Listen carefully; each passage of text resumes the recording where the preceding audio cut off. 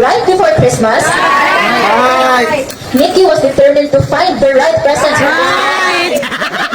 He headed left on the where the shop is now. Okay na? He walked right in. And greeted the shopkeeper, Mr. Lefthausen. Here, Mr. Lefthausen. Do you have any pink candy canes left? No. No, they didn't get my order right this week. The only thing left are these. Would that work all right for you?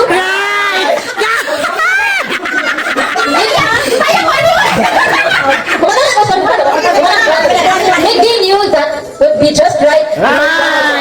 Donald loves blue and Donald loves candy. Right after the visit, Mickey was on the hunt for the right gift.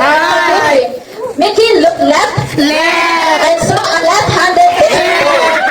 Mickey knew that was right. He checked right out and headed left down the nut shop.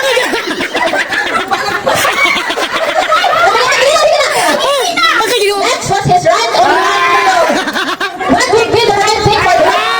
Maybe some candy? No, that's not all right for Don. Then he spotted a huge display to his left. The perfect number, just one left. He snatched it right on and headed right to the cashier. The end.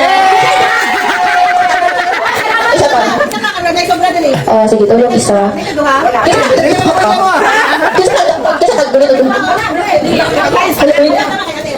Thank you. Sige. Sige pa.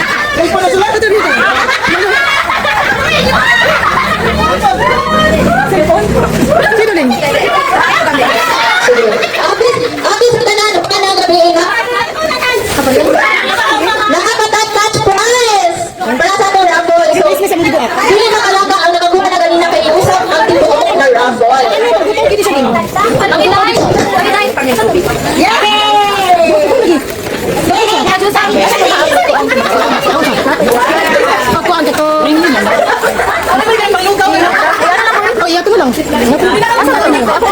Ang sorry. Ang sorry.